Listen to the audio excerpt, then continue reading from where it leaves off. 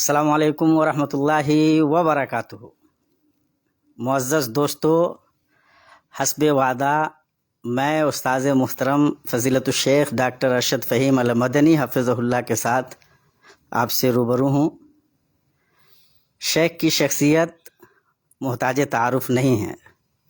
آپ جامعہ امام ابن تیمیہ کی شناخت کی حیثیت رکھتے ہیں، اور انصاف کی بات یہ ہے کہ مختصر مدت میں جامعہ امام ابن تیمیہ نے فارغین کی جو کھیپ تیار کی، انہوں نے علم و ادب کے افق پہ جو کچھ بھی نام روشن کیا، اس میں شیخ کا سب سے اہم ترین کردار ہے۔ ہم شیخ کے ممنون احسان ہیں۔ آپ جب عمرے پہ ابھی وزارت الشؤون الاسلامیہ کی طرف سے مدعو کیے گئے تو آپ نے ہماری درخواست پہ یہ قبول کیا کہ ہم شیخ کو زحمت دے سکیں اور کچھ باتیں آپ کی زندگی سے متعلق اور خاص طور سے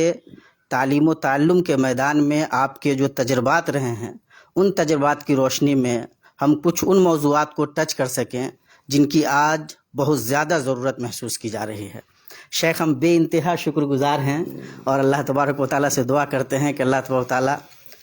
صحت و عافیت کے ساتھ آپ کا سایہ ہم تمام ملت پہ تا دیر باقی رکھے اور ہمیں یہ توفیق دے کہ ہم آپ سے صحیح طریقے سے استفادہ کر سکیں۔ شیخنا، ہم یہ چاہیں گے کہ جب ہم اس گفتگو کو آگے بڑھا رہے ہیں تو ظاہر ہے کہ ہم طلبہ عزیز تو انشاءاللہ آپ سے واقف ہیں، آپ سے استفادہ کرتے رہے ہیں، لیکن ہمارے ناظرین بہت سے ایسے لوگ ہیں جو جاننا چاہیں گے کہ شیخ کی زندگی کس طور سے آگے بڑھی ہے، بچپن کیسا تھا، کس طرح سے آپ نے تعلیم حاصل کی ہے، تو وہ جو زندگی تھی خاص طور سے طالب علمی کی، وہ کس طرح سے شروع ہوتی ہے اور کہاں کہاں آپ نے تعلیم حاصل کی ہے، اور اس پہ کچھ روشنی پڑ جائے تو انشاءاللہ گفتگو آگے بڑھے۔ بسم اللہ الرحمن الرحیم، الحمد للہ والصلاة والسلام علی رسول اللہ۔ محترم سامعین کرام و ناظرین عظام، قبل اس کے کہ میں عزیز محترم شیخ ثناء اللہ صادق تیمی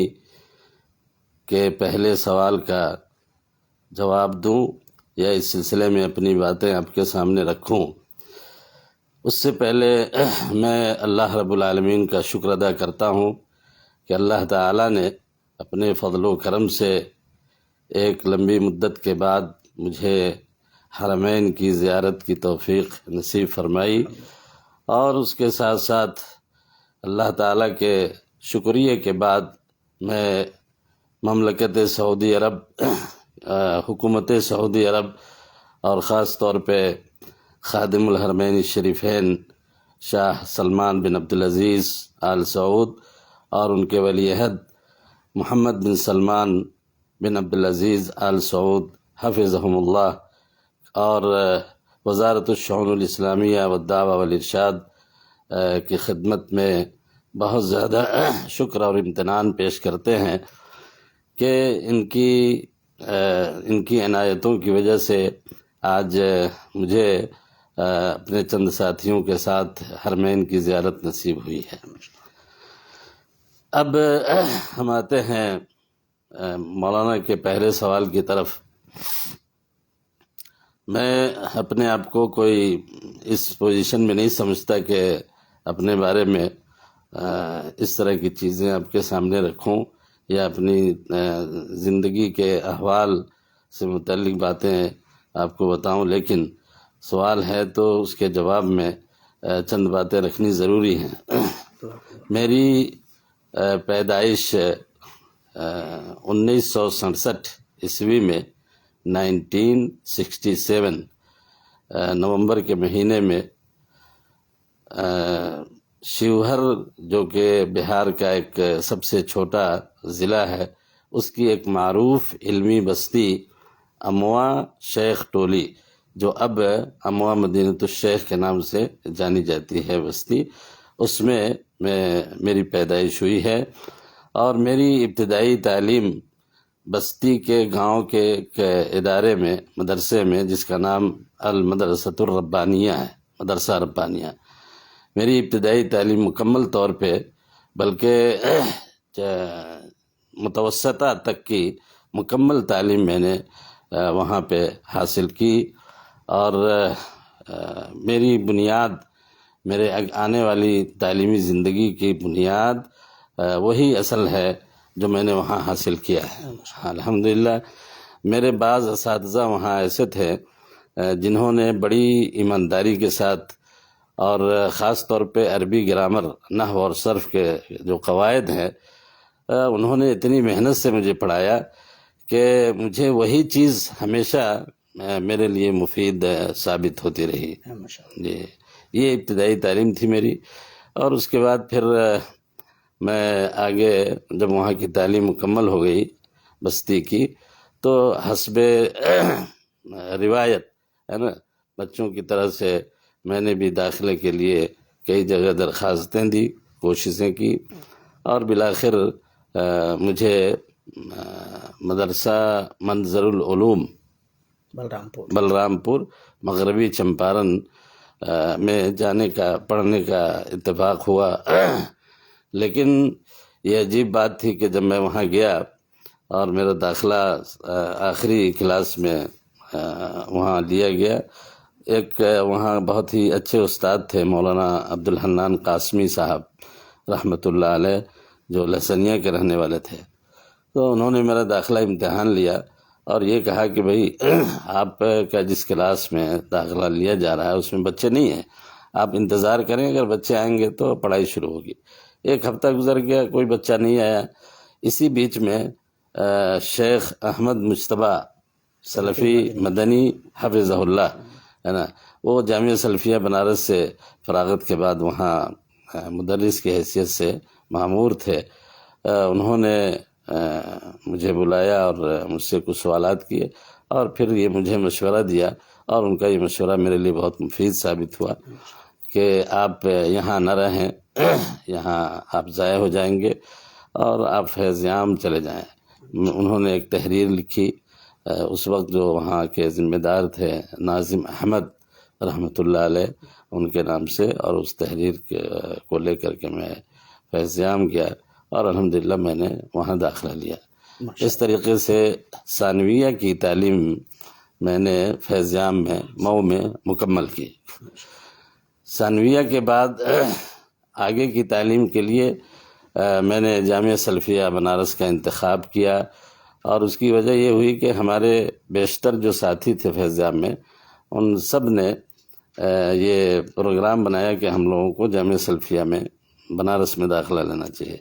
تو میں بھی ان کے ساتھ شریک ہوا، داخلہ امتحان میں وہاں شریک ہوا، امتحان دیا اور الحمدللہ مجھے کامیابی ملی، اور عالمیت کے پہلے سال میں میں نے وہاں داخلہ لیا. اور پھر یہ سلسلہ کون سا سال تھا شیخ؟ یہ 1979 ہوا نا، ہاں 1979 سال تھا. اس سال میں نے وہاں داخلہ لیا اور اس کے بعد مکمل 6 سال تک میں نے وہاں عالمیت اور فضیلت کی تعلیم مکمل کی جامعہ سلفیہ بنارس میں. جی پھر وہاں کی تعلیم مکمل ہونے کے بعد جامعہ سلفیہ بنارس میں جی جو عالمیت اور فضیلت آپ نے کی، کون لوگ تھے جو ساتھ میں تھے پڑھنے والے؟ جی ساتھیوں میں، ہاں ساتھیوں میں تو ان کی تعداد اس وقت زیادہ تھی، میں سمجھتا ہوں کہ 25-30 لوگ تھے. لیکن فراغت کے بعد جن لوگوں سے میرا رابطہ رہا یا جو میدان عمل میں ہے نا زیادہ تر نظر آئے، ان میں خاص طور پہ ابھی کے امیر محترم مولانا اصغر علی امام مہدی ہیں،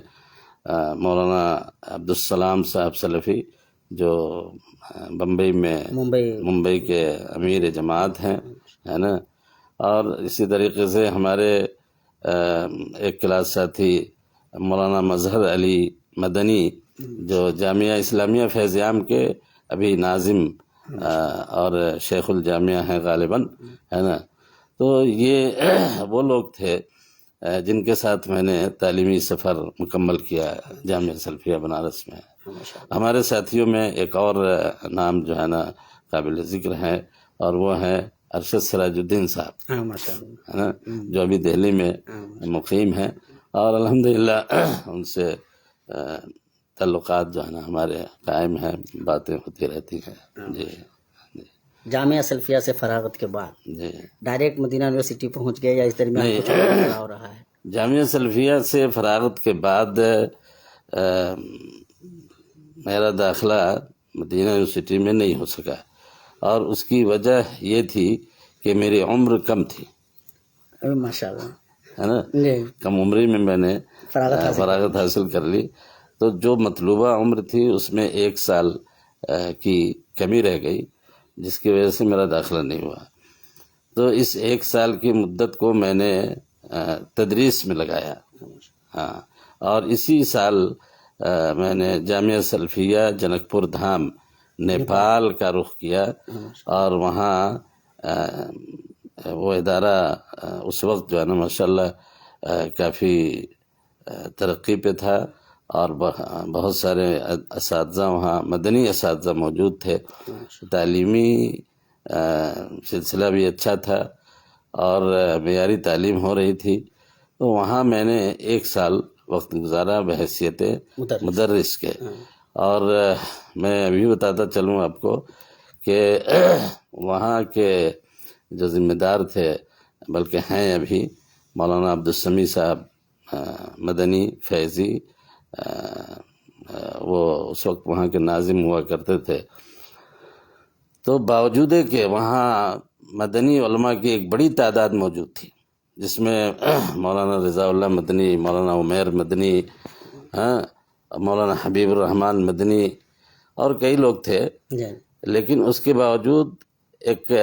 نئے متخرج کو، مجھ جیسے آدمی کو صحیح بخاری پڑھانے کی ذمہ داری دی گئی. ماشاءاللہ. بالکل. اور میں نے اس پہلے ہی سال میں صحیح بخاری اور حجت اللہ البالغہ دونوں کتابیں وہاں پڑھائی. حجت تو خاص طور سے زیادہ بھاری سمجھ جاتی ہے. جی. اچھا، یہ بھی میں آپ کو بتاؤں کہ نیپال میں قیام کے دوران ہی مجھے اللہ تعالیٰ نے یہ موقع دیا کہ میں مدینہ یونیورسٹی کے لیے کارروائی اپنی مکمل کر سکوں. اور اس کی وجہ اس کی شکل یہ ہوئی کہ ایک بار جامعہ اسلامیہ مدینہ منورہ کا ایک وفد جنک پور آیا، اور جس ادارے میں ہم تھے وہاں کا دورہ کیا. تو اس وقت چھٹی کا دن تھا غالباً، ہے نا. تو مجھے ہی یہ ذمہ داری سونپی گئی کہ آپ ان کے ساتھ جو ہے نا ترجمانی کا کام کریں. چنانچہ بعض اداروں میں ان کو جانا تھا تو مجھے لے کر کے گئے. دن بھر میں ان کے ساتھ رہا، اور دن کے اخیر میں انہوں نے مجھ سے کہا کہ آپ اپنی شہادات مجھے دے دیں، میں کوشش کرتا ہوں کہ آپ کا داخلہ وہاں ہو جائے. چنانچہ میرے کاغذات وہ لے کے گئے، اور اس کے کچھ ہی دنوں کے بعد ہے نا انہوں نے اس پہ کارروائی کی اور میری منظوری آئی. تو اس طریقے سے ترجمانی کے برکت سے اور جامعہ سلفیہ جنک پور دھام کے توسط سے گویا کہ میرا داخلہ جو ہے نا مدینہ یونیورسٹی میں ہو سکا. یہ کس سن کی بات ہے شیخنا؟ یہ میں سمجھتا ہوں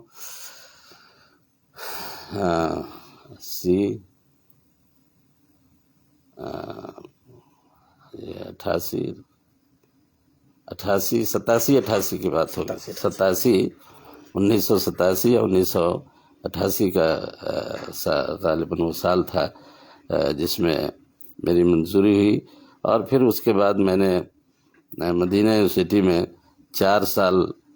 کلیہ کی تعلیم، کلیۃ الحدیث میں میں نے داخلہ لیا الحمدللہ، اور 4 سال میں نے تعلیم وہاں مکمل کیے. کلیۃ الحدیث میں الحمدللہ ثم الحمدللہ میں نے 4 سال میں امتیازی نمبرات حاصل کیے. اور وہاں ہمارے اساتذہ میں خاص طور پہ میں یاد کرتا ہوں، میں ذکر کرتا ہوں کہ ڈاکٹر عبدالعزیز رحمۃ اللہ علیہ، جو وہاں مدینہ ہی کے رہنے والے تھے، اور وہ جرح و تعدیل کے بہت بڑے مدرس تھے، بہت کامیاب اور ماہر مدرس تھے. اس کے علاوہ یہ فقہ الحدیث میں نیل الاوتار ڈاکٹر ضیاء الرحمن اعظمی، ماشاء اللہ۔ دکتر ضیاء، یہ ہمارے استاد تھے۔ اسی طریقے سے تفسیر کے لیے شیخ محمد ایوب صاحب جو بورما کے تھے، برماوی، مدینہ مسجد نبی میں امام بھی تھے، تراویح کے امام تھے، اور بہت ہی کامیاب امام گزرے ہیں۔ تو ان جیسے اور بھی کئی اساتذہ سے جن سے میں نے وہاں تعلیم مکمل کی۔ مدینہ یونیورسٹی کی تعلیم جب میری مکمل ہوئی تو میری خواہش یہ تھی کہ میں آگے کی تعلیم وہاں جاری رکھوں، اور اس کے لیے میں نے اپنے کیا کہتے ہیں محترم بانی جامعہ ڈاکٹر محمد لقمان سلفی رحمہ اللہ سے رابطہ کیا اور ان سے مشورہ کیا کہ میں ماجسٹیر کے لیے تقدیم کرنا چاہتا ہوں، تو انہوں نے مجھے ریاض آنے کو کہا۔ ہاں جی، میں ریاض چلا گیا۔ ریاض میں قیام کے دوران شیخ کے ساتھ میں 1 مہینے تقریباً وہاں رہا، ان کے ساتھ دارالفتہ کی آفس میں آنا جانا ہوتا رہا اور باتیں ہوتی رہی۔ اس دوران انہوں نے مجھے پورے طور پہ اس بات کے لیے قائل کر دیا کہ آپ کو یہاں اب مزید تعلیم حاصل کرنے کی ضرورت نہیں ہے، اس لیے کہ جامعہ ابن تیمیہ بقول ان کے، انہوں نے اسی امید پہ قائم کیا تھا کہ علاقے کے دوسرے دعات علماء، جس میں ہم بھی شامل تھے، ان کی فہرست میں، کہ وہ وہاں جائیں اور ادارے میں خدمت انجام دیں۔ اور چنانچہ میں نے ان کی بات کو تسلیم کیا اور تعلیم یہاں پہ چھوڑ دی میں نے۔ ہاں، لیکن انہوں نے اس بات کا وعدہ کیا کہ جامعہ ابن تیمیہ میں رہتے ہوئے آپ کو پورا اختیار ہوگا، پوری جامعہ کی طرف سے آپ کو اجازت ہوگی کہ آپ ماجسٹیر اور دکتورا کی تعلیم مکمل کریں، اور اس وعدے کے مطابق انہوں نے مجھے سہولیات فراہم کی الحمدللہ، اور میں نے وہاں پٹنہ یونیورسٹی سے ایم اے اور پی ایچ ڈی دونوں الحمدللہ میں نے مکمل کیا۔ اچھا، جامعہ سلفیہ میں جو 6-7 سال عرصہ گزرا وہ کیسا تھا؟ اس کی کچھ یادیں، اساتذہ جنہوں نے کافی متاثر کیا ہو؟ جی، یہ بہت اہم بات ہے کہ جس زمانے میں میں جامعہ سلفیہ بنارس میں بحیثیت طالب علم تھا، جامعہ سلفیہ کے عروج کا زمانہ تھا وہ تقریباً، میں سمجھتا ہوں، اور بہت ہی علمی اور تحقیقی اور تالیفی میدان میں بچوں کی دلچسپی بہت زیادہ تھی، اور اساتذہ کرام خاص طور پہ اس سلسلے میں بڑے ہی معاون تھے۔ میں آپ کو بتاؤں کہ بچوں میں پڑھنے کا اور مطالعہ کرنے کا اور لکھنے کا جذبہ اتنا تھا کہ وہاں پہ B H U Banaras Hindu university میں مجھے یاد ہے کہ ہم لوگ چھٹی کے دنوں میں چند ساتھی وہاں جاتے تھے اور وہاں کی لائبریری سے استفادہ کرتے تھے، ہے نا۔ اور اساتذہ بھی الحمدللہ ہمارے ایسے تھے جن کی تشجیع اور ان کی ہمت افزائی سے کافی فائدہ ہوا۔ ان میں خاص طور پہ مولانا صفی الرحمن صاحب مبارک پوری رحمۃ اللہ علیہ، ہمارے شیخ الجامعہ مولانا عبدالوحید رحمانی رحمۃ اللہ علیہ، مولانا رئیس الاحرار ندوی رحمۃ اللہ علیہ، مولانا عابد رحمانی رحمۃ اللہ علیہ، ہے نا، مولانا عبد المعید بنارسی جو وہ کتاب جو ہے امین کے نام سے ایک سلسلہ ہے ان کی کتابوں کا، ان کے مؤلف ہیں۔ تو اس طریقے سے جو اساتذہ تھے وہ انتہائی قابل اور اچھے مخلص، ہے نا، اساتذہ تھے، اور اس کے اثرات جو ہے نا جامعہ سلفیہ پہ واضح طور پہ دیکھے جا سکتے تھے۔ اور اسی لیے اس زمانے میں، اس سے پہلے بھی اور اس کے بعد کے زمانے تک جو ہے نا جو کھیپ وہاں سے نکلی ہے جامعہ سلفیہ بنارس سے، وہ بہت اچھا کام کیا ہے ان لوگوں نے تعلیمی میدان میں اور دوسرے میدانوں میں بھی۔ جی، وہاں رہتے ہوئے جامعہ سلفیہ میں خاص طور سے طلبہ کی جو انجمن ہوتی ہے اس میں کس طرح کی سرگرمی تھی شیخ آپ کی؟ میں شروع سے ہی تعلیم کے ساتھ ساتھ خطابت اور صحافت میں میری دلچسپی رہی، اور خطابت کا معاملہ یہ تھا کہ انجمن میں میں اپنے گروپ میں ہمیشہ میں اپنی تقریر میں اول رہا کرتا تھا، ماشاء اللہ۔ حتیٰ کہ انعامی جو مقابلات ہوتے تھے اس میں بھی میری پہلی پوزیشن عام طور پہ ہوا کرتی تھی۔ تو خطابت سے دلچسپی رہی، اور وہاں کا جامعہ سلفیہ بنارس کا جو ماحول تھا وہ بھی بہت معاون ثابت ہوا اس کے لیے۔ طلبہ کو عناوین دیے جاتے تھے، اور طلبہ جو ہے خود سے مراجع وغیرہ ڈھونڈ کر کے اس پہ محنت کرتے تھے، اس کو تیار کرتے تھے، اس کو یاد کرتے تھے اور تقریریں کرتے تھے۔ یہ سلسلہ جو ہے نا وہاں پہلے سے جاری تھا، تو اس کا بڑا فائدہ ہوا کہ لائبریری سے تعلق قائم ہوا، موضوعات کو سمجھنے، اس کو پڑھنے، اس کو لکھنے اور اس کو یاد کرنے کا ایک سلسلہ ہوا، اور اس کے فوائد بہت زیادہ ہوئے۔ صحافت کا جہاں تک مسئلہ ہے تو یہ بھی اس کی ابتدا بھی میری جامعہ سلفیہ بنارس سے ہوئی، اور اس کے پیچھے ایک واقعہ ہے کہ میں ایک بار عالمیت کے دوسرے سال میں تھا۔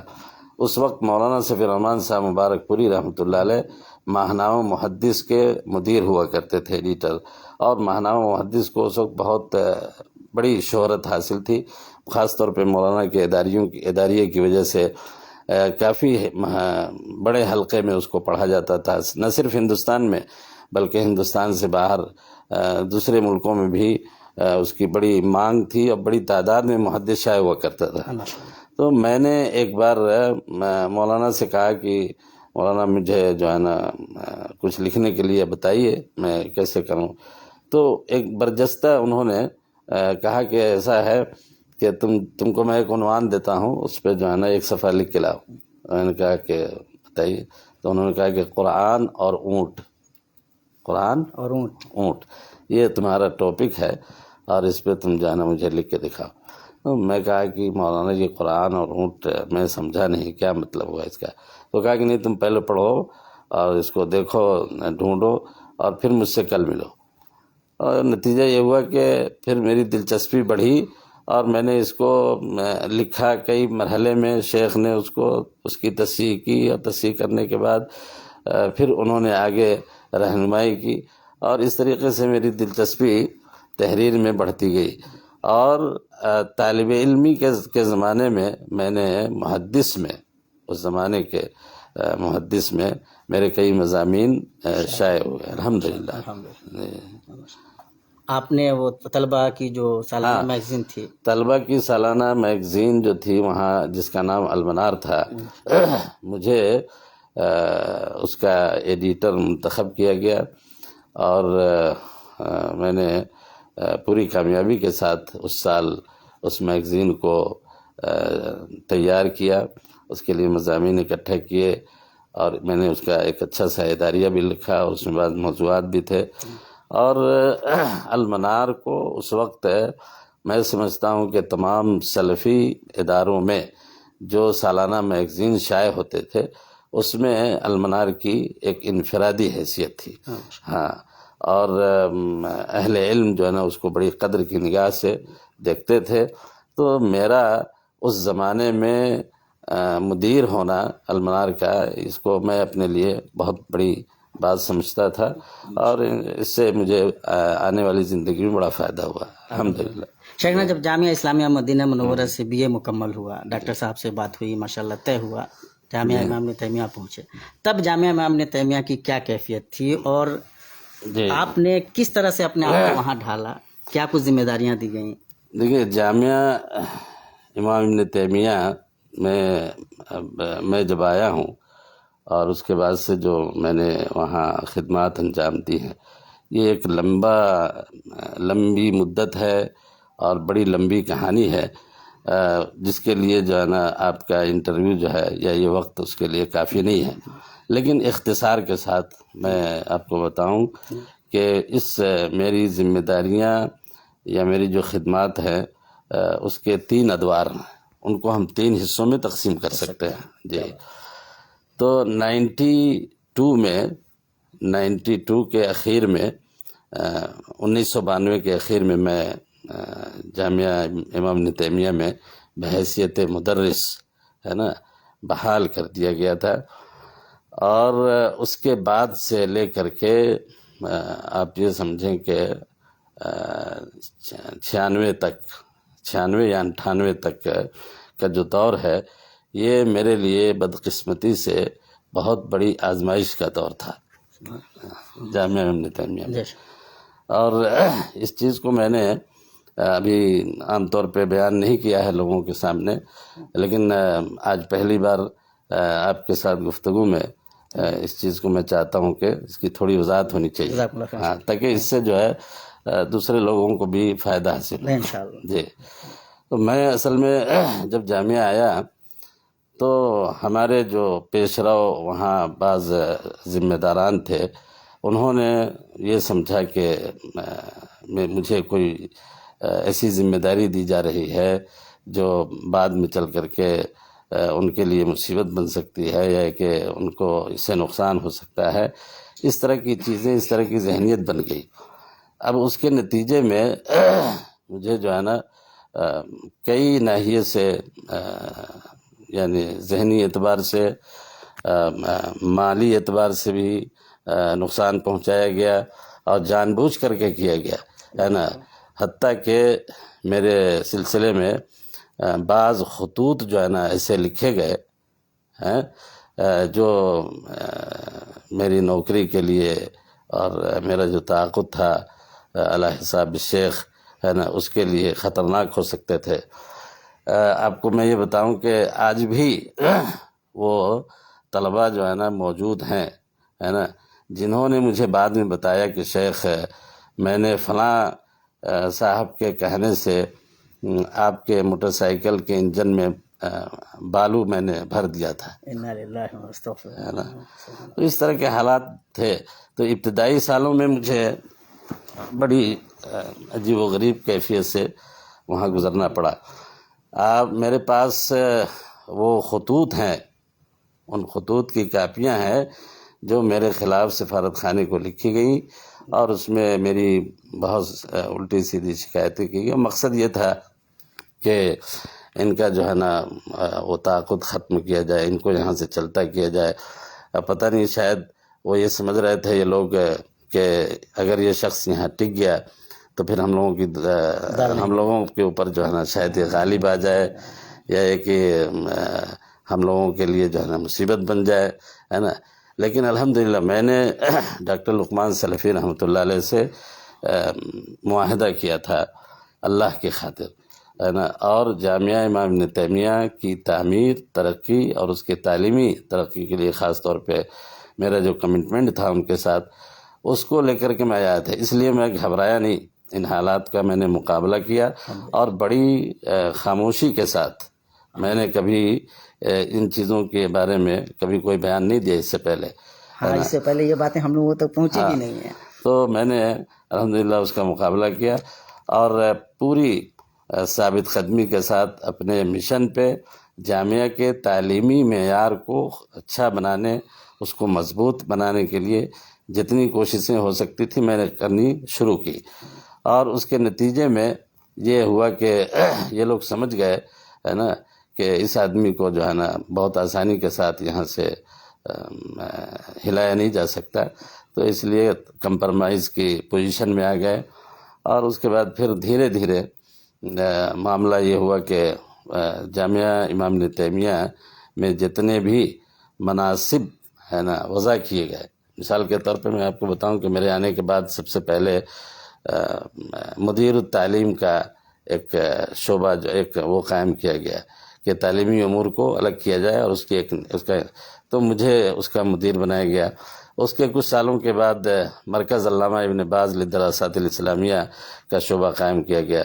تو اس کا بھی مدیر مجھے بنایا گیا۔ اور اسی طریقے سے میں آپ کو یہ بتاؤں کہ میں نے جامعہ میں آنے کے بعد سب سے پہلے بچوں کا سالانہ میگزین جو طوبہ کے نام سے شائع کیا، پہلا شمارہ اس کا میں نے اس سال کے جو بچے فارغ ہونے والے بچے تھے ان کے ساتھ مل کر کے بعض اساتذہ کے تعاون سے میں نے اس کو شروع کروایا، شائع کروایا، اور اس کے بعد یہ سلسلہ الحمدللہ چلتا رہا۔ بعد میں چل کر کے ڈاکٹر صاحب نے یہ فیصلہ کیا کہ جامعہ سے میگزین شائع ہونا چاہیے. چنانچہ سب سے پہلے اردو میگزین شائع کرنے کا فیصلہ ہوا اور ماہنامہ طوبہ کے نام سے اس کا رجسٹریشن کرایا گیا. تو اس کی ذمہ داری بھی میرے سر ڈالی گئی. اور میں الحمدللہ یہ کہنے کی بات نہیں ہے، لیکن اس زمانے میں جو لوگ طوبہ کو پڑھتے تھے یا اس سے دلچسپی رکھتے تھے وہ جانتے ہیں کہ اس ماہنامہ طوبہ نے جامعہ امام ابن تیمیہ کو شہرت دلانے میں، اس کی علمی حیثیت کو متعارف کرانے میں بہت بڑا کردار ادا کیا. اور میں نے پوری محنت کے ساتھ اس ماہنامہ کو، ہے نا، میں یہ نہیں کہہ رہا ہوں کہ خود تنہا میں نے ایسا کیا. ہمارے بعض اساتذہ، بعض احباب ایسے تھے جو اس میں ہمارے ساتھ بہت متعاون رہے، لیکن بحیثیت ذمہ دار میں نے کلی طور پہ اس میگزین کو جو ہے نا ایک اچھے مقام تک پہنچانے کی کوشش کی. اس کے بعد ایک مجلہ الفرقان عربی میں شائع کرنے کا فیصلہ ہوا. اس کے لیے حافظ سمیع اللہ صاحب عمری، شیخ ابوالقیس صاحب مدنی، ان کو جو ہے نا ذمہ داریاں دی گئی. اس میں بھی میں نے اپنا کردار ادا کیا، اور چونکہ بحیثیت ذمہ دار کے مجھے اس کے رجسٹریشن کے سلسلے میں یا اس کی طباعت کے سلسلے میں جو بھی ذمہ داری دی گئی میں نے اس کو ادا کیا. تو اس طریقے سے یہ ساری ذمہ داریاں جو ہے نا میں ادا کرتا رہا. پہلا مرحلہ جو آزمائشی مرحلہ تھا جب وہ گزرا، تو دوسرے مرحلے میں میں نے جامعہ کے لیے اصل کام کیا، جس کی جو ہے نا 2000 سے تقریباً 2000 سے لے کر کے 2012-15 تک کی جو مدت ہے، ہاں، اس میں جو ہے نا میں نے اصل کام کیا ہے. اور اس میں صرف اداری کام میں نے نہیں کیا، بلکہ جامعہ کے تعلیمی مشن کو آگے بڑھانے کے لیے، تعلیمی معیار کو مضبوط کرنے کے لیے اساتذہ کا انتخاب کرنا، اساتذہ کو یہاں لے کر کے آنا اور ان کے ساتھ بیٹھ کر کے مشورے کرنا، ہے نا، اور ان کو گھنٹیاں، ان کو مناسب گھنٹیاں تقسیم کرنا، ان سے مختلف طرح کے نشاطات میں ان کو ذمہ دار بنانا، طلباء کے صحافتی اور ثقافتی پروگرام کے لیے ان کو تیار کرنا اور ان سے کام لینا. تو یہ ساری ذمہ داریاں الحمدللہ میں نے ادا کی ہیں، اور میں مطمئن ہوں، ہے نا، اپنے طور پہ کہ میں نے اپنی ذمہ داری انشاءاللہ اللہ تعالیٰ کے فضل و کرم سے پورے اس کے رسوخ اور پورے اطمینان کے ساتھ اچھی طریقے سے میں نے ادا کیا الحمدللہ. جی. اس کے بعد جو یہ تیسرا جو مرحلہ ہے جو 2015 کے بعد سے شروع ہوتا ہے، جو ابھی تک چل رہا ہے، تو اس مرحلے میں بنیادی طور پہ یہ بات آئی، اور یہ کوئی معیوب بات نہیں تھی، کہ ہمارے بعد جو ہے نا جامعہ کے ایسے فرد کو تیار کیا جانا چاہیے جو ہم لوگوں کے بعد اس ذمہ داری کو ادا کر سکے. ڈاکٹر صاحب کا یہ کہنا بھی تھا، اور انہوں نے کہا کہ آپ کو اس سلسلے میں تعاون کرنا. میں کہا کہ بالکل میں اس کے لیے تیار ہوں. اور انہوں نے جس شخص کا انتخاب کیا اس کو میں نے باضابطہ تعاون کیا، 2-3 سال تک تعاون کر کے ان کو اس میدان میں، اور اس کے بعد پھر میں نے دھیرے دھیرے اپنی ذمہ داریوں کو ان کے حوالے کر دیا، اور میں مکمل طور پہ ذمہ داریوں سے آزاد ہو گیا الحمدللہ. یہ جو تیسرا مرحلہ ہے، جی، اس میں اور پہلے دوسرے مرحلے میں جو تدریسی ذمہ داریاں تھیں، ان کو جب آپ آپس میں جوڑتے ہیں، موازنہ کرتے ہیں، تو کیسا کچھ محسوس ہوتا ہے؟ ہاں، دیکھیے، پہلے مرحلے میں تو میں نے تدریسی کام کیا. دوسرے مرحلے میں نے تدریسی کام کا مجھے موقع زیادہ نہیں ملا. پھر بھی میری کوشش رہی کہ ہر سال کلاس میں 1-2 کتابیں اپنی پسند کے مطابق 1-2 گھنٹیاں میں ضرور لیتا رہا. میں تعلیم سے کبھی اپنے آپ کو الگ نہیں کیا. میں چاہتا تو میں اپنے آپ کو الگ کر سکتا تھا، لیکن میں جانتا تھا کہ طلباء کے ساتھ جڑنے کے لیے اور تعلیم کے ساتھ، تدریس کے ساتھ جڑنے میں اپنا کتنا بڑا فائدہ ہے، اور اس کے کیا کیا اثرات انسان کے اوپر مرتب ہوتے ہیں. تو اب یہ جو تیسرا مرحلہ ہے، یہ اصل جو ہے نا میرے لیے تدریس کا مرحلہ ہے. اور میں یہ محسوس کرتا ہوں کہ میں نے میرے لیے یہ بہتر ہے اور یہ فیصلہ بہت اچھا ہے، اس لیے کہ مجھے ایک لمبا تجربہ ہوا تدریس کے میدان میں، اور اب میں جب پڑھانے کے لیے آیا ہوں، بیٹھتا ہوں کلاسوں میں، مختلف کتابیں جو ہے نا، تو مجھے لگتا ہے کہ جو معلومات یا جو تجربات میرے پاس ہیں تدریس کے میدان میں، جو چیزیں میں نے پڑھی ہیں، ان کو جو ہے نا ہمیں بچوں کو منتقل کرنا چاہیے، اور اس کا فائدہ انشاءاللہ تعالی بچوں کو، بچیوں کو انشاءاللہ ہوگا۔ جی، اور ذاتی طور پہ میں اپنے بارے میں یہ کہہ سکتا ہوں کہ میرے لیے یہ کام جو ہے نا بہت اچھا ہے، اور جامعہ کے لیے بھی یہ بہتر ہے انشاءاللہ۔ ہم لوگ جب جس زمانے میں تھے تو خاص طور سے اس بات کی بڑی تڑپ رہتی تھی کہ شیخ سے زیادہ پڑھنے کا موقع ملے، تو وہ ہم لوگوں کو یہ نصیب نہیں ہوا۔ ہمارے جو آج کے ہمارے اخوان ہیں جامعہ امام تیمیہ میں، انشاءاللہ وہ زیادہ بہتر استفادہ کر سکیں گے۔ تو جو فیصلے ہوتے ہیں اللہ تعالیٰ اس میں خیر کے بہت سارے دوسرے پہلو رکھتا ہے، تو پازیٹیولی اگر چیزوں کو دیکھیں تو انشاءاللہ یہ پہلو نکلیں گے۔ شیخ، جب ہم تعلیمی اداروں کو دیکھتے ہیں، آج سے 30 سال پہلے کا جو منظرنامہ تھا جب آپ اداروں سے جڑے ہوں گے، آج 30 سال کے بعد بہت کچھ بدلا ہے۔ کیا کچھ تبدیلیاں آپ کو نظر آ رہی ہیں طلبہ اساتذہ کے رشتوں کے درمیان، جو تعلیمی ڈھانچہ ہے ہمارا، جس قسم کی کھیپ تیار ہو رہی ہے؟ جی دیکھیے، اصل میں کوئی بھی جو تعلیمی ادارہ ہوتا ہے نا، تو اس کے اجزاء کو اگر آپ دیکھیں الگ الگ، تو آپ کو اس سوال کا جواب سمجھنے میں سہولت ہوگی۔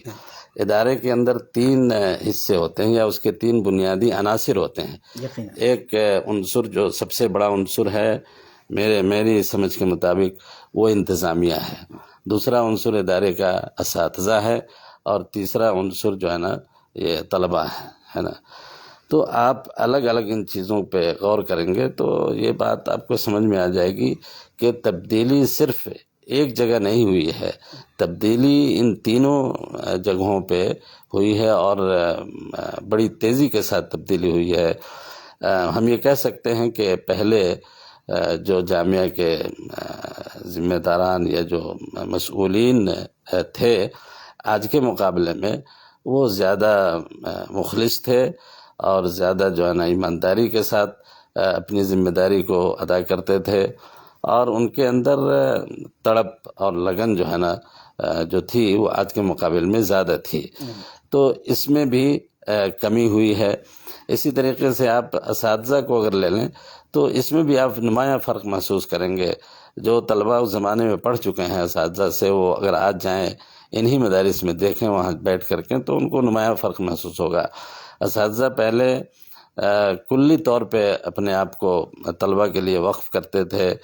اور بغیر کسی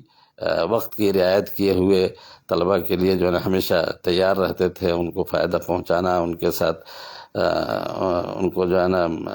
صحافت کے میدان میں، خطابت کے میدان میں ان کی رہنمائی کرنا۔ تو یہ چیزیں اب کم ہوئی ہیں، ہے نا۔ اور اساتذہ، میں یہ تو نہیں کہتا کہ اپنی ذمہ داری ادا نہیں کرتے، لیکن وہ دوسری چیزوں میں مشغول ہوئے ہیں، اپنی دوسری ضروریات میں، اور انہوں نے بہت حد تک جو ہے اپنے آپ کو کلاس اور کلاس کے ذمہ داریوں تک جو ہے نا محدود کر لیا ہے، یا کچھ ایسے نشاطات جن کا تعلق انجمن سے ہے، صحافت سے ہے، تو اس میں بھی وہ بہت زیادہ وقت نہیں دے پا رہے ہیں۔ تو یہ ایک بہت آپ کو فرق جو ہے نظر آئے گا۔ تیسرا جو عنصر ہے طلبہ کا، اس میں بھی بڑی تبدیلی آئی ہے، اور میں سمجھتا ہوں کہ ہم نے جن طلبہ کو شروع میں دیکھا، یا جن کے ساتھ میں نے کام کیا، جن کو پڑھایا یا جن کی تربیت کی، اور آج 30 سال کے بعد جو ہمارے سامنے جو کھیپ ہے، جو نسل ہے نا، ذہنی اعتبار سے دونوں میں بڑا فرق ہے۔ یہاں وہاں جو ہے نا تکریم کا جو جذبہ تھا، آج وہ جذبہ جو ہے نا تکریم کا، اساتذہ کی تکریم کا تقریباً جو ہے نا بہت حد تک کمزور پڑ چکا ہے، اور جو مادی ذہنیت پہلے کم تھی، وہ بہت زیادہ پروان چڑھ گئی ہے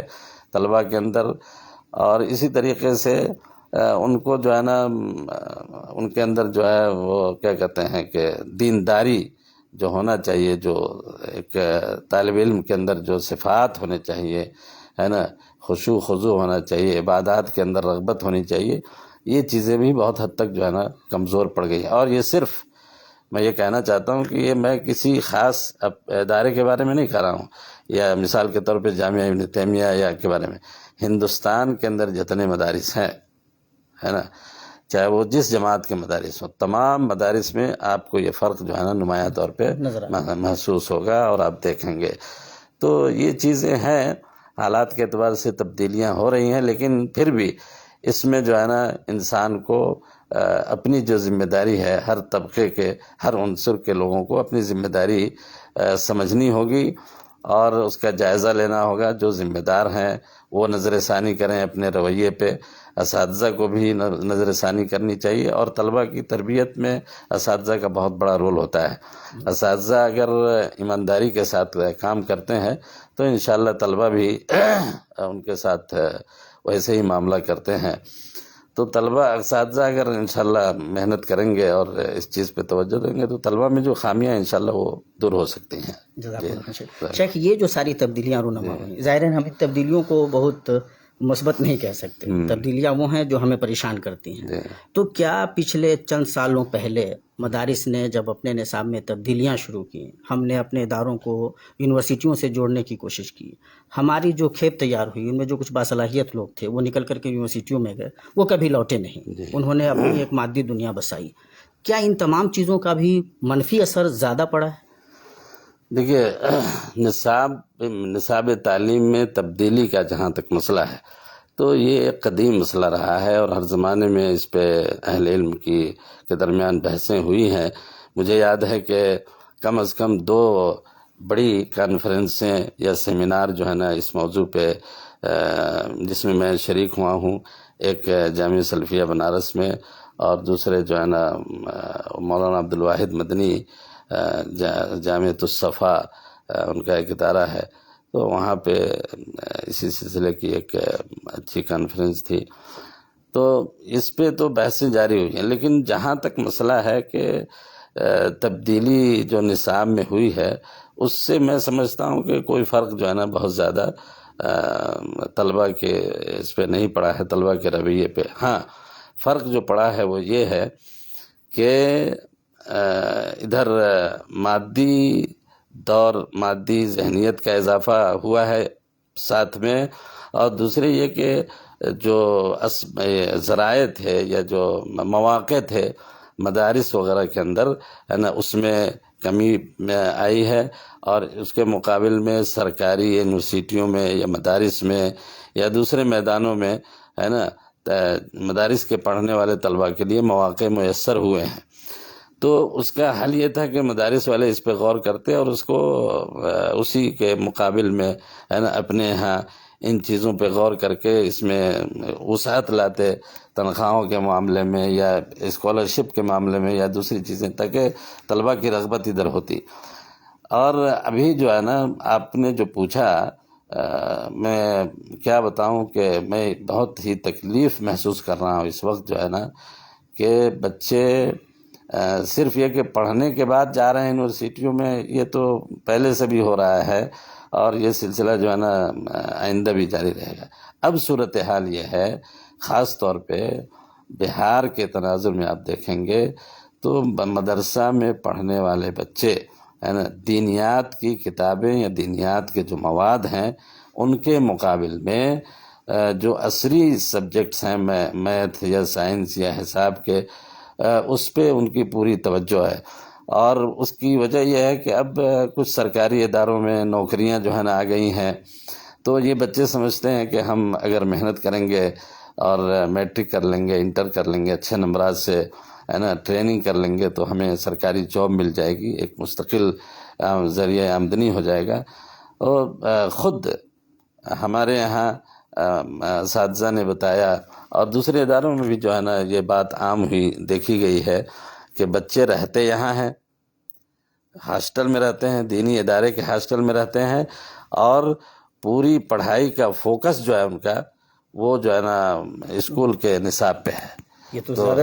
یہ بہت تکلیف دہ بات ہے، اور اس پہ جو ہے نا بہت سنجیدگی سے غور کرنا ہوگا اور اس مسئلے کا حل جو ہے نا نکالنا ہوگا، ورنہ یہ چیز آگے چل کر کے بہت خراب صورتحال اختیار کرے گی، اور مدارس کے اندر جو تھوڑی بہت چیزیں باقی رہ گئی ہیں تعلیم کے نام پہ یا دینیات کے نام پہ، کہیں ایسا نہ ہو کہ اس کا بہت بڑا نقصان ہو جائے۔ علامہ خیر شیخ، یہ جب ہم اس تناظر میں دیکھتے ہیں اور ساتھ ہی جو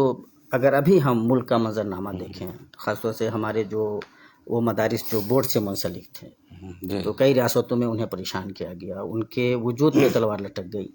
ایسے میں کیا یہ جو داخلی مطلب کمزوری کی کیفیت ہے، وہ اوپر سے حکومت کا یہ دباؤ،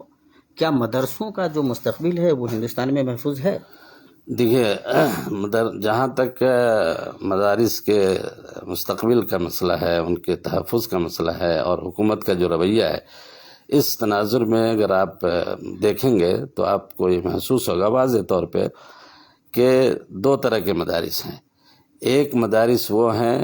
جنہوں نے بہار اور یو پی میں خاص طور پہ حکومتی گرانٹ کو قبول کر لیا ہوا ہے پہلے سے، اور ایک طرح سے وہ حکومت کے رحم و کرم پہ وہ ادارے چل رہے ہیں۔ ان اداروں کو آپ مدرسے کیا کہتے ہیں کہ آپ اگر یہ کہنا چاہیں تو کہہ سکتے ہیں کہ ان مدارس کا وجود ختم ہو چکا ہے، بحیثیت مدرسہ ان کا وجود ختم ہو چکا ہے، الا ماشاء اللہ ایک دو بعض مدارس کو چھوڑ کر کے، ہے نا۔ ان کی روح ختم ہو گئی ہے، اور حکومت جو ہے نا ان کو جیسے چاہے گی ان کو کام کرنا ہوگا، استعمال کرنا ہوگا۔ ایک تو مدارس یہ ہیں، اور جب مدارس کے خطرے کی بات آتی ہے یا مدارس کو ختم کرنے کی بات آتی ہے تو عام طور پہ اس سے مراد یہی مدارس ہوتے ہیں۔ باقی جو اہلی مدارس ہیں، پرائیویٹ مدارس ہیں، میں یہ سمجھتا ہوں کہ تمام مشکلات کے باوجود بھی، اور چاہے حکومت جیسی بھی آ جائے، جس کی بھی آ جائے، لیکن انشاءاللہ یہ مدارس جو ہے نا تھوڑے بہت متاثر تو ہوں گے حالات سے، لیکن اس کے وجود کے لیے یا ان کی شناخت کے لیے کوئی خطرہ نہیں ہے، اس لیے کہ یہ الحمدللہ دعوت کا کام کر رہے ہیں۔ اس ہندوستان میں اسلام کی دعوت کا سب سے اہم جو کام ہو رہا ہے وہ مدارس کے ذریعے ہو رہا ہے۔ یہ دین کی تبلیغ کا کام ہے، یہ قرآن اور سنت کی تبلیغ کا کام ہے، اور اللہ تعالیٰ اس کی حفاظت کریں گے۔ اور حکومتیں آتی جاتی رہتی ہیں، ہے نا۔ حکومت کے اپنے مسائل ہیں، ان کے اپنے سیاسی مقاصد ہوتے ہیں، جس کے تحت وہ فوری طور پہ کوئی فیصلہ کرتے ہیں تاکہ اس سے ان کو فائدہ ہو۔ لیکن میرا ماننا یہ ہے کہ ان مدارس کو مشکلات تو پیش آئیں گی، لیکن انشاءاللہ ان کے وجود کا کوئی خطرہ جو ہے نا مجھے نہیں لگتا ہے، انشاءاللہ ہوگا۔ شیخ، آپ اپنے طالب علمی کے زمانے سے پڑھنے لکھنے سے منسلک رہے ہیں، ماشاءاللہ آپ گفتگو بھی بہت پیاری کرتے ہیں، تقریریں بھی آپ کرتے ہیں الحمدللہ، اور صحافت سے بھی کافی گہرا رشتہ رہا ہے۔ طلبہ میگزین کے آپ ایڈیٹر رہے، بعد میں آپ نے طوبہ کو، الفرقان کو سنبھالا، اور کافی لوگوں کی تربیت بھی کی آپ نے۔ آج کے زمانے میں ہمارے جو دوست لکھنا پڑھنا چاہتے ہیں کہ وہ بھی قلم کار بن سکیں، عربی میں اردو میں اچھا لکھیں، آپ ان کی کس طرح رہنمائی کرنا چاہیں گے؟ دیکھیے، اس سلسلے میں موجودہ دور میں اب چونکہ ہر چیز پروفیشنل ہو گئی ہے، حالات بدل گئے ہیں، پڑھنے کا طریقہ بدل گیا ہے، تو میں اس سلسلے میں اب یہ کہوں گا کہ اب جو طلبہ اس طرف توجہ دینا چاہتے ہیں ان کو اس سلسلے میں جو بنیادی بعض کتابیں ہیں اس فن کی، ہے نا، اس کو خود سے پڑھنا چاہیے، یا مدارس میں اضافی گھنٹیوں کی شکل میں مناہج کے نام سے جو چیزیں ہیں ان کو پڑھانا۔ ایک کتاب ہے کیف تکتب بحثاً، ہے نا، او کیف تحقق بحثاً او دراستاً، ایسے احمد شلبی کی کتاب ہے نام۔ تو ایک زمانے میں جامعہ ابن تیمیہ میں اس بات کی کوشش کی گئی تھی کہ اس کو ہفتے میں ایک گھنٹی کے طور پہ بچوں کو پڑھایا جائے، تو اس کتاب کی تلخیص جو ہے نا مجھ سے کروائی گئی تھی، ڈاکٹر صاحب رحمۃ اللہ نے کروایا تھا، تو وہ چیز جو ہے موجود ہے۔ تو بچے چاہیں تو ان کو جو ہے نا ایک بار پڑھ لیں پہلے۔ اس میں یہ بتایا گیا ہے کہ ایک مضمون لکھنے کے لیے آپ کو کن کن چیزوں کی ضرورت پڑتی ہے۔ اچھا، ایک تو یہ ہے، دوسرے یہ کہ میں سیدھے طور پہ اگر یہ کہوں جامعہ کے یا مدارس کے طلباء کے لیے، بچوں کے لیے، تو اس میں ایک یہ ہے کہ آپ اگر کسی موضوع پہ کوئی چیز لکھنا چاہتے ہیں تو سب سے پہلے اس موضوع پہ کم از کم جو ہے نا 3 کتابیں یا 3 آرٹیکلز کم از کم، ہے نا، اس موضوع پہ آپ پڑھ جائیں پورا، مکمل طور پہ، اور پڑھنے کے بعد اس کو الگ رکھ دیں، اور اس سے جو آپ کے ذہن میں جو خاکہ آیا ہے تینوں کو پڑھنے کے بعد، اس کو آپ اپنے الفاظ میں، اپنی زبان میں بیٹھ کر کے لکھیں، اور لکھنے کے بعد اس کو 1 بار 2 بار 3 بار خود سے اس کی تصحیح کریں۔ چیزیں وہی ہوں گی، ہے نا، جو کچھ آپ نے پڑھا ہے وہاں پہ دیکھا ہے، اسی چیز کو آپ کو کوشش کرنا ہے کہ اپنے الفاظ میں ڈھالنا ہے، اپنے الفاظ میں لکھنا ہے، اور پھر اس کے بعد اس کو کسی اچھے استاد سے دکھا لیں، ہے نا، ان سے اصلاح لے لیں اور ان کے مشورے لے لیں،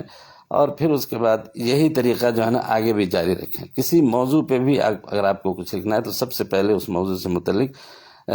2 3 4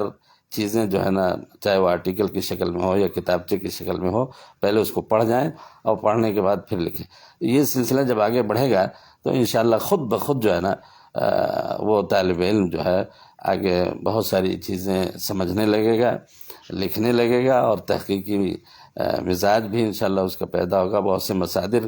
اس کی نگاہ میں آ جائیں گے۔ تو سب سے بنیادی چیز یہ ہوئی لکھنے کے لیے کہ آپ کے پاس اسٹاک ہونا چاہیے، معلومات کا، الفاظ کا ذخیرہ ہونا چاہیے۔ اردو میں اگر آپ لکھنا چاہتے ہیں تو اردو کی بہت ساری کتابیں جو ہے نا، چاہے وہ کسی بھی مطلب سبجیکٹ سے متعلق ہوں، ہے نا، ناول ہو، قصے ہوں، کہانیاں ہوں، شعر شاعری کی کتاب ہو، یا اردو ادب سے متعلق ہو، ہے نا، ایسی کتابیں جو ہے نا پڑھیں تاکہ آپ کی زبان جو ہے نا کھل جائے، آپ کی زبان کی اصلاح ہو جائے، مذکر مؤنث کی تمیز ہو جائے، یہ ساری چیزیں۔ اچھا، چھوٹے چھوٹے جملے لکھنا اور آسان جملے لکھنا، یہ جو ہے نا سب سے اہم مانا جاتا ہے آج کے دور میں، خاص طور پہ آج کی صحافت میں۔ اسی طریقے سے عربی زبان میں اگر کوئی چیز لکھنی ہے تو اس کے لیے پہلے آپ کو پڑھنا ہوگا۔ عربی کی بعض کتابیں ہیں اور میگزین وغیرہ اگر مل جائے، خاص طور پہ عربی کی، ہے نا، جو عرب دنیا سے شائع ہوتی ہیں، تو ان کو مسلسل جو ہے نا آدمی کو پڑھنا چاہیے تاکہ اس کے دماغ میں، اس کے ذہن میں جو ہے نا کچھ الفاظ، کچھ جملے ایسے محفوظ رہیں، اور پھر اس کے بعد وہی طریقہ یہاں بھی اختیار کریں کہ عربی زبان آپ گرامر وغیرہ سے واقف ہیں اور چیزیں آپ مطالعہ کر رہے ہیں، تو آپ جو ہے نا جس چیز کو لکھنا چاہ رہے ہیں اس کو پہلے پڑھ لیں، کتاب کے اندر یا مقالے کے اندر پڑھ کر کے رکھ دیں، اس کے بعد پھر اس کو آپ کوشش کریں لکھنے کی۔ لیکن عربی میں لکھنے کے لیے آپ ڈکشنری لے کے بیٹھیں، ہے نا، تاکہ آپ کے ذہن میں جو بات آ رہی ہے جس کو آپ لکھنا ہے اس کی عربی آپ کو نہیں معلوم ہے تو فوراً آپ ڈکشنری سے رجوع کریں۔ تو ابتدائی طور پہ یہ محنت کرنی پڑے گی اور اس کے لیے کافی جد و جہد کرنی پڑے گی، اور بعض اچھے اساتذہ سے رہنمائی حاصل کرنی پڑے گی، اور اس سلسلے کو اگر مسلسل جاری رکھیں گے تو انشاءاللہ کامیابی جو ہے نا یقینی طور پہ انشاءاللہ ملے گی۔ ضرور انشاءاللہ۔ ذاتی طور پہ آپ نے بھی اس طرح کی کوششیں کی؟ بالکل میں نے بتایا نا آپ کو ابھی کہ ہمارے استاد محترم مولانا صفی الرحمن صاحب نے مجھے ایک ٹاپک دے دیا، مجھے سمجھ میں نہیں آیا، تو انہوں نے بعد میں تیسرے دن 3 دن مجھے کہا کہ تم لکھ کر کے جو سمجھ میں آتا ہے لے کے آؤ۔ تیسرے دن انہوں نے بتایا کہ دیکھو ایک حدیث آتی ہے جس میں یہ بتایا گیا ہے کہ قرآن مجید کو جس نے یاد کیا ہے اس کو اس کا خاص اہتمام کرنا چاہیے، اس لیے کہ قرآن مجید جو ہے اتنی تیزی کے ساتھ انسان کے دماغ سے، ذہن سے نکل جاتا ہے جیسے اونٹ جو ہے نا اپنے بندھن کو کھول کر کے بھاگ جاتا ہے۔ تو یہ جو تعلق تھا اس ٹاپک میں، اس کو وہ بتانا چاہ رہے تھے کہ اسی چیز کو تم پڑھو اور حدیث کو سامنے رکھ کر کے اس کا جو مفہوم ہے اس کو ایک صفحے میں لکھ کر کے لاؤ۔ چنانچہ میں نے جب انہوں نے اس کی وضاحت کی تو میں لکھ کے لے گیا، اور پھر اس کے بعد جو ہے نا اس کی اصلاح انہوں نے کی، بہت ساری چیزیں اس میں بتائیں، اور پھر اس کے بعد آگے جو ہے نا اس طریقے سے انہوں نے اور بھی موضوعات دیے مجھے اور کہا کہ اس کو لکھو، لکھتا رہا الحمدللہ۔ تو بہرحال شیخنا، جب ہم ابتدائی تعلیمی دور کی بات کر رہے تھے، متوسطہ وغیرہ تک کی تعلیم جو گاؤں میں ہوئی، تو وہاں ایک استاد تھے جنہوں نے خاص طور سے صرف بہت اچھی تربیت کی، تعلیم کی، اس کا بہت فائدہ ہوا۔ ہم محسوس کرتے ہیں کہ ہمارے بہت سارے احباب، خاص طور سے میں بھی چونکہ جامعہ میں تھا، میں آپ کا شاگرد ہوں، جامعہ میں سے فارغ ہو کر کے آیا، تو ہم لوگ یہ محسوس کرتے تھے کہ ہمارے دوست ساتھی وہ 5ویں 6ٹھی جماعت میں آنے کے بعد ان کو یہ محسوس ہوتا تھا کہ یار مجھے تو وہ نحو صرف ٹھیک سے نہیں آ رہا، ہاں عبارت سمجھنے جی میں جی ہمیں جی پریشانی ہو رہی ہے، جی چنانچہ وہ 6ٹھی 7ویں جماعت میں آ کر کے تعلیم کا سلسلہ جو تھا ان کا جی وہ جی توڑ دیتے تھے۔ یہ جو صورتحال ہے اس صورتحال کو اداروں میں کس طرح سے ٹھیک کیا جا سکتا ہے؟ ہاں، یہ دیکھیے بہت بنیادی چیز ہے، خاص طور پہ متوسطہ کا جو مرحلہ ہے، اولیٰ متوسطہ، ثانیہ اور ثالثہ متوسطہ، یا بعض جگہوں پہ متوسطہ کے 2 سال ہیں، بعض جگہوں پہ 3 سال ہیں۔ میں نے یہ محسوس کیا ہے کہ ان 3 سالوں میں کم از کم جو ہے نا نحو اور صرف جو گرامر کے سبجیکٹ ہیں وہ جو ہے نا بڑے اساتذہ سے پڑھوانا چاہیے، ہے نا؟ یعنی ادارے کے اندر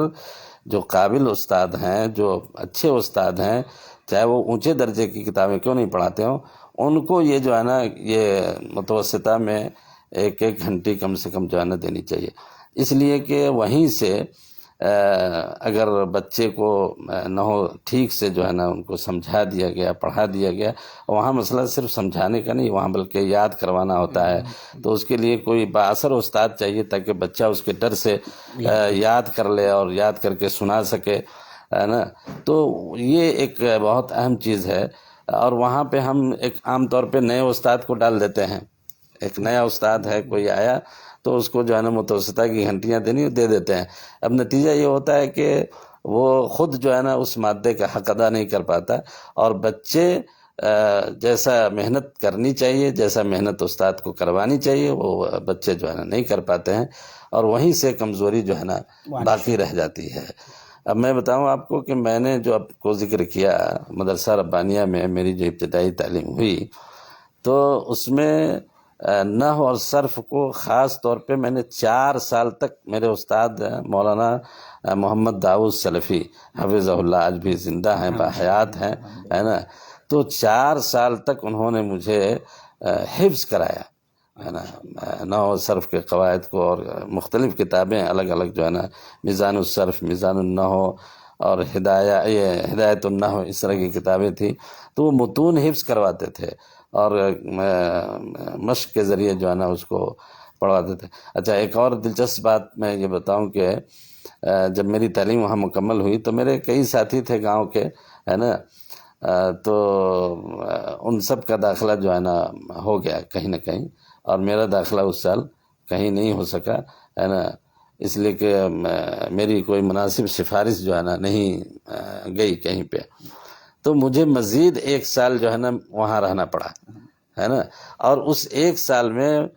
ہمارے استاد نے صرف مجھے ذاتی طور پہ ان چیزوں کا اعادہ کروا دیا، ہاں، تو اس لیے مجھے بڑا فائدہ ہو گیا الحمدللہ، ہے نا۔ تو گرامر کی پڑھائی جو ہے نا بہت اچھے استاد سے کرانی چاہیے، جو خود بھی سمجھتا ہو چیز کو اور پڑھانے کا اس کو تجربہ بھی ہو، اور بچے اس کے ڈر سے جو ہے نا وہ اس کو یاد کر سکیں، سنا سکیں،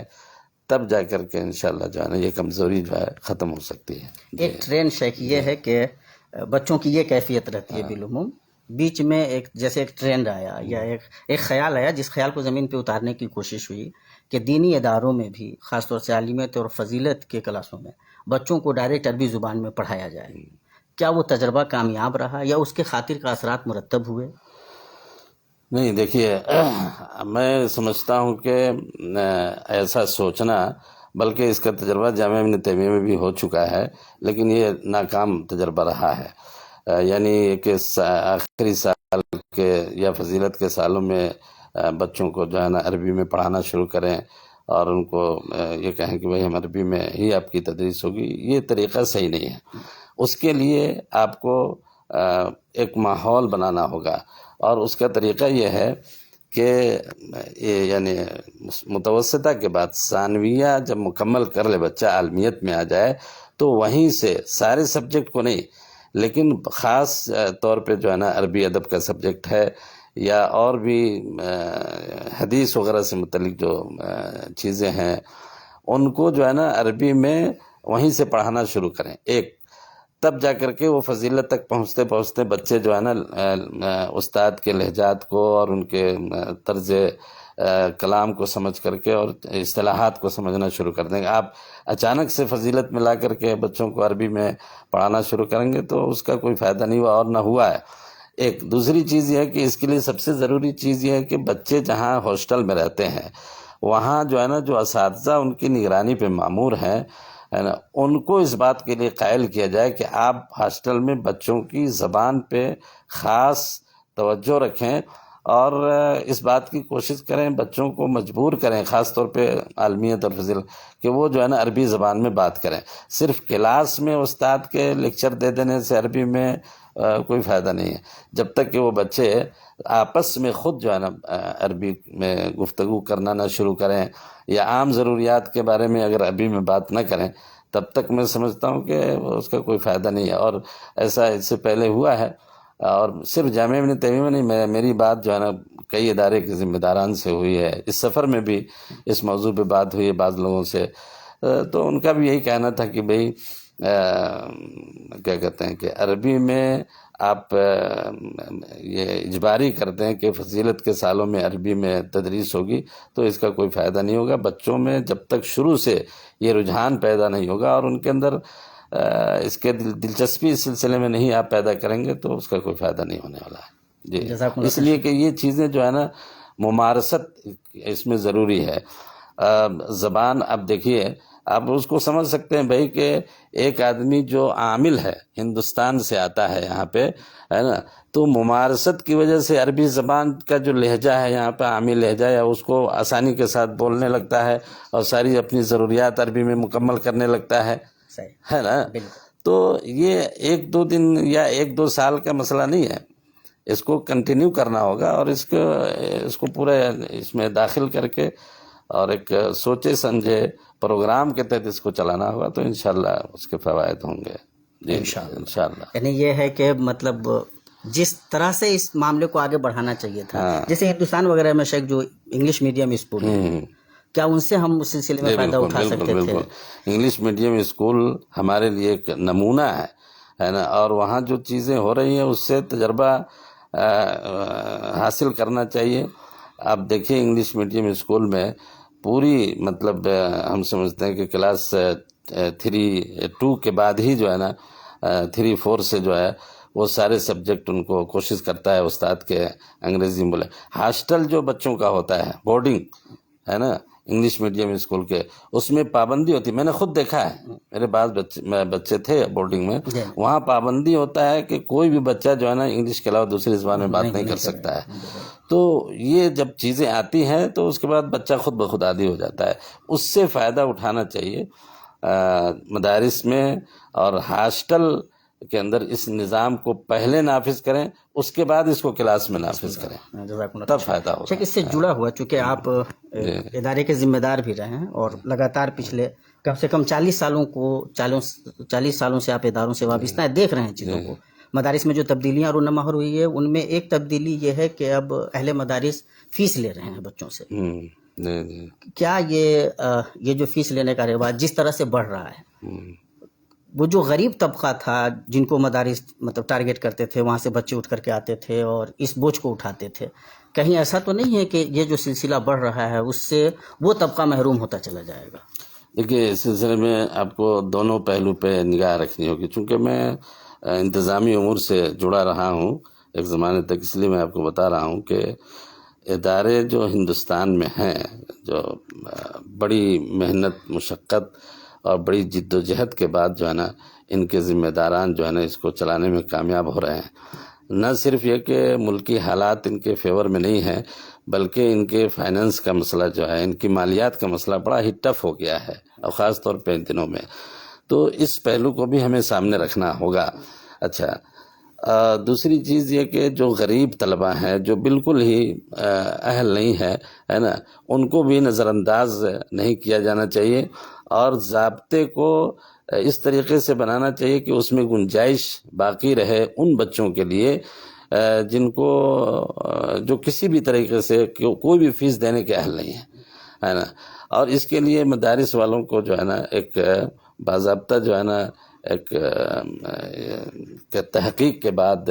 اب وہ تحقیق چاہے مقامی طور پہ ہو یا جیسے بھی ہو، ہے نا، لیکن ایسے بچوں کو کہ تعاون کی سخت ضرورت ہے. ان کے فیس میں کمی کرنا، ان سے فیس نہ لینا، یہ بہت ضروری ہے. ورنہ اس کا نقصان یہ ہوگا کہ ایسے بچے یا تو تعلیم سے کلی طور پہ محروم ہو جائیں گے، یا پھر ان کا جو فیلڈ ہے وہ بدل جائے گا. تعلیم کے بجائے وہ کسی دوسری دنیا میں چلے جائیں گے، وہ مزدوری کرنے لگیں گے اور ان کی زندگی جو ہے نا خراب ہو جائے گی، ہے نا. تو ان دونوں پہلوؤں پہ نگاہ بہت ضروری ہے، اور مدارس والوں کو یہ چیز جو ہے نا کرنی ہوگی. جی جزاکم اللہ خیر شیخنا. یہ خاص طور سے چونکہ یہ مجھے لگتا ہے کہ یہ ٹرینڈ بعد کا ہے، اس لیے یہ سوال بار بار کئی جو کوارٹرز ہیں سماج کے اس طرف سے آ رہے ہیں، لوگ کئی زاویوں سے اس کو دیکھتے ہیں. اور دیکھیے فیس جو ہے نا، فیس لینا میں سمجھتا ہوں کہ یہ کوئی ایسی چیز نہیں جس پہ مدارس کی تنقید ہونی چاہیے. آپ خود سوچئے نا کہ ایک گھر سے اگر دو بچے ہیں، ایک بچہ اگر اسکول میں پڑھتا ہے نا، تو اس کی فیس جو ہے نا وہ گارجین جو ہے نا ادا کرتا ہے، جیسے بھی ادا کرے، اس میں کوئی بہت مشقت محسوس نہیں کرتا ہے. لیکن وہیں پہ اگر ایک بچہ مدرسے میں ہے تو اس کے لیے اس کی ذہنیت پہلے سے چونکہ بنی ہوئی ہے، اور ذہنیت کیا بنی ہوئی پہلے سے، چونکہ اسباب مہیا تھے، مدارس کے لوگ جو ہے نا خود کر لیتے تھے، چندے ہو جاتے تھے، تو ان کی فیس کی ادائیگی کا مسئلہ جو ہے نا آسان ہو جاتا تھا. اب حالات بدل گئے، تو ان حالات کو گارجین کو بھی سمجھنا ہوگا. آپ جیسے دوسرے بچوں پہ خرچ کر رہے ہیں، ویسے جو ہے نا مدرسے کے بچوں پہ بھی اپنا خرچ کریں تاکہ یہ ادارے بھی چل سکیں. تو یہ تو اس سے جڑی ہوئی ایک بات اور بھی ہے نا کہ جب نتیجہ آتا ہے سامنے، جیسے جب ہم اپنے بچے کو کسی سرکاری اسکول میں یا پبلک اسکول میں بھیجتے ہیں، کل کو جب اس کا کریئر بنتا ہے تو وہ بہت پیسے کماتا ہے. ہم مدرسے میں بھیجتے ہیں، جب یہ مدرسے سے فارغ ہو کر کے نکلے گا تو یہ مادی شکل میں اپنے والدین کو کیا کچھ دینے جا رہا ہے. دیکھیے یہ جو ہے نا ایک مسلمان ہونے کی حیثیت سے، ہے نا، ایک مومن ہونے کی حیثیت سے ہمارا ایمان ہونا چاہیے اس بات کے اوپر کہ جس بچے کو ہم نے مدرسے میں دینی تعلیم حاصل کرنے کے لیے رکھا ہے نا، انشاءاللہ بھلے ہی ظاہری طور پہ، مادی طور پہ وہ اپنے والدین کو بہت کچھ نہیں دے سکتا، لیکن تجربہ یہ کہتا ہے کہ جو سکون، جو طمانینت اور جو کامیابی اس بچے کے ذریعے والدین کو ملتی ہے، وہ جو ہے نا مادی طور پہ کامیاب بچوں سے والدین کو نہیں ملتی ہے. تو ایک تو یہ پہلو ہے نا. دوسری بات یہ ہے کہ بھائی کیا کہتے ہیں کہ مدارس میں پڑھنے والے بچے اگر باصلاحیت ہوں، اگر انہوں نے ایمانداری سے محنت کیا ہو اور اساتذہ نے ایمانداری سے اس کو پڑھایا ہو، تو میں سمجھتا ہوں کہ آج کے دور میں ان کے لیے مجال اتنا واسع ہے اور ان کی آمدنی کے ذرائع بھی بہت اہم ہے، اور وہ بہت کچھ کر سکتے ہیں. بلکہ یہ اسکول کے جو پیسے کمانے والے ٹیچر ہیں، اساتذہ ہیں، ان سے زیادہ اچھے پیسے یہ کما سکتے ہیں.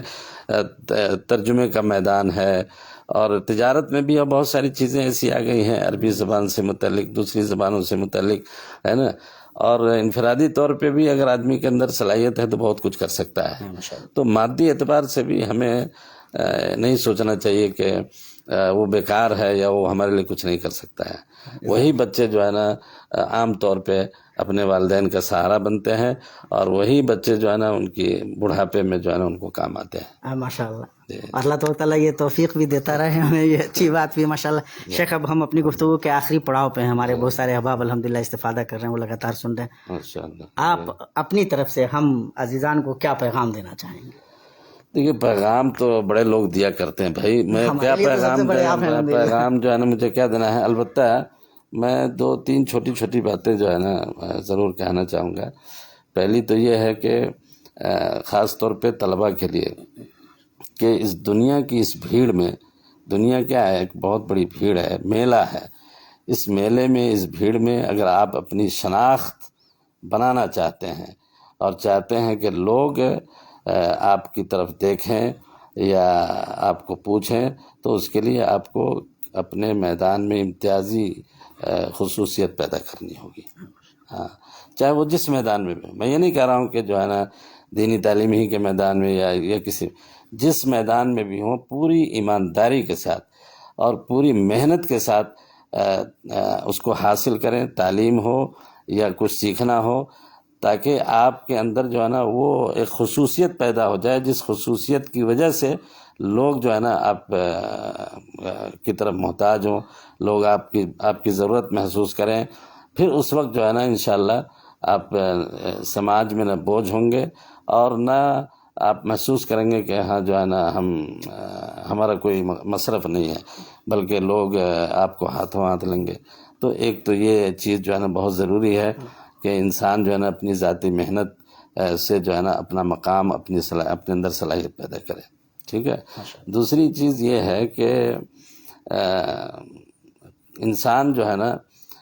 جب عملی میدان میں آتا ہے تعلیم کے بعد یا کسی بھی عمل کے میدان میں کام کرتا ہے تو اس کو بس یہ جو ہے نا کام کرتے رہنا چاہیے، کام کرتے جانا چاہیے، نتائج کی پرواہ کیے بغیر، ہے نا۔ اس بات کو ہرگز نہیں دیکھنا چاہیے کہ اس کا جو ہے نا مطلب نتیجہ کیا آیا یا اس کا فائدہ کیا ہوا، اس کا نقصان کیا ہوا۔ آپ اگر ایمانداری کے ساتھ آپ اپنا کام کر رہے ہیں، نتائج ہو سکتا ہے کہ اس کے مطابق نہ ہو سکتا ہے کہ ہوں، نتائج کی ذمہ داری ہمارے اوپر اللہ تعالیٰ نے نہیں رکھی ہے نا۔ تو اس لیے انسان کو اپنے کام پہ توجہ رکھنی چاہیے اور ایمانداری کے ساتھ کرنا چاہیے۔ پھر تیسری ایک اہم بات یہ ہے کہ آپ جس فیلڈ میں بھی رہیں، ہے نا، آپ کوشش یہ کریں کہ آپ ہمیشہ حق کے ساتھ رہیں، ہے نا۔ آپ اس بات کی کوشش نہ کریں کہ ہم سے سارے لوگ خوش رہیں گے۔ سارے لوگوں کو خوش کرنے والا انسان ایک نمبر کا منافق ہوتا ہے، جی۔ تو آپ اگر ایمانداری کے ساتھ اور اخلاص کے ساتھ اور حق گوئی کے ساتھ کام کریں گے کسی بھی میدان میں، تو وہاں آپ کی مخالفتیں بھی ہوں گی، آپ کی تعریفیں بھی ہوں گی اور آپ کو کچھ مسائل کا سامنا بھی کرنا پڑے گا۔ تو ان چیزوں سے آدمی کو گھبرانے کی ضرورت نہیں ہے کہ ہمارے بارے میں لوگ یہ کہہ رہے ہیں، ہمارے بارے میں یہ تنقیدیں کی گئی یا ہمارے کام کو لوگوں نے ایسے دیکھا ویسے دیکھا۔ ہمیں اس کی ضرورت نہیں اس بارے میں سوچنے کی، بس اپنا کام جو ہے نا ایمانداری کے ساتھ کر دینا ہے۔ انشاءاللہ دنیا میں بھی اور آخرت میں بھی جو ہے نا اس کے اچھے اثرات ہوں گے اور اس کے فوائد ہمیں انشاءاللہ دیکھنے کو ملیں گے۔ جزاک اللہ خیر شیخنا، بارک اللہ فیکم۔ ہم ایک مرتبہ پھر شیخ کا شکریہ ادا کرتے ہیں، اللہ تبارک تعالیٰ کے شکر کے بعد کہ شیخ نے ہماری ناچیز دعوت کو قبول کیا اور آپ نے اپنا اتنا قیمتی وقت دیا۔ ہم شیخ کی زندگی کے ماضی میں جا سکے، ہم نے شیخ کی تدریسی زندگی کو دیکھا، آپ کی طالب علمی کی جو زندگی تھی اس سے ہم نے بہت سارے موتی بٹورے، اور ہمیں پورا یقین ہے کہ ہمارے احباب نے انشاءاللہ بہت اس سلیقے کی گفتگو کو اچھی طرح سماعت کیا اور انشاءاللہ استفادہ کریں گے۔ میں چاہ رہا تھا کہ الحمدللہ مجھے بڑی خوشی ہے، اور خاص طور پہ یہاں آپ کے ساتھ جب بیٹھا ہوں، گفتگو ہوئی، اور اس سے پہلے بھی ہمارے بہت سارے احباب نے، مجھے سننے کا اتفاق نہیں ہوا، آپ نے جو کام کیا ہے خاص طور پہ مکہ آنے کے بعد، ہے نا، تعلیم کے میدان میں اور طلباء کے اندر جو ہے نا علماء کے ساتھ مختلف انٹرویو کے ذریعے جو فائدے پہنچائے ہیں، اس سے متعلق چیزیں جو ہے نا سننے کو ملتی ہیں، تو میری یہ خواہش ہے کہ میں ان چیزوں کو میں سنوں، مجھے فراہم کی جائے تاکہ میں ان چیزوں سے فائدہ حاصل کروں، اور مجھے فخر ہے جی کہ الحمدللہ آپ جیسے نوجوان جامعہ امام ابن تیمیہ کے متخرج، ہے نا، اپنی ایک علمی حیثیت کے ساتھ، ہے نا، اس جگہ پہ ہیں، اور الحمدللہ لوگ جو ہے نا آپ کی تعریف کرتے ہیں اور یہ تعریف بیجا نہیں کرتے۔ میں اس نتیجے پہ پہنچا ہوں۔ اللہ تعالیٰ آپ کو خوش رکھے، ہے نا، اور مزید ترقی عطا فرمائے۔ جزاک اللہ خیر شیخنا۔ یہ ہم لوگ جو کچھ بھی ہیں، خاص طور سے میں اکثر یہ باتیں کہتا ہوں اور ہمارے تمام احباب اس کے گواہ ہیں کہ جامعہ امام ابن تیمیہ کی تعلیمی نیو رکھنے میں، ماحول بنانے میں، طلباء کی تعلیمی جو علمی تربیت ہوئی ہے اس تربیت میں سب سے اہم کردار اگر کسی شخصیت نے ادا کیا ہے تو ہمارے استاذ محترم نے ادا کیا، اور جس طرح سے طلباء کی آپ نے رہنمائی کی ہے، جو ماحول آپ نے فراہم کیا، اور اس کے بعد ماشاءاللہ جو کھیپ تیار ہوئی ہے، اور مختلف سطحوں پہ الحمدللہ ہمارے اخوان جو خدمات انجام دے رہے ہیں، تو لازماً وہ جو حصہ ہے وہ لوٹتا شیخ کی طرف ہے۔ ہم اللہ تعالیٰ سے دعا کرتے ہیں کہ اللہ تعالیٰ شیخ کا سایہ ہم پہ تا دیر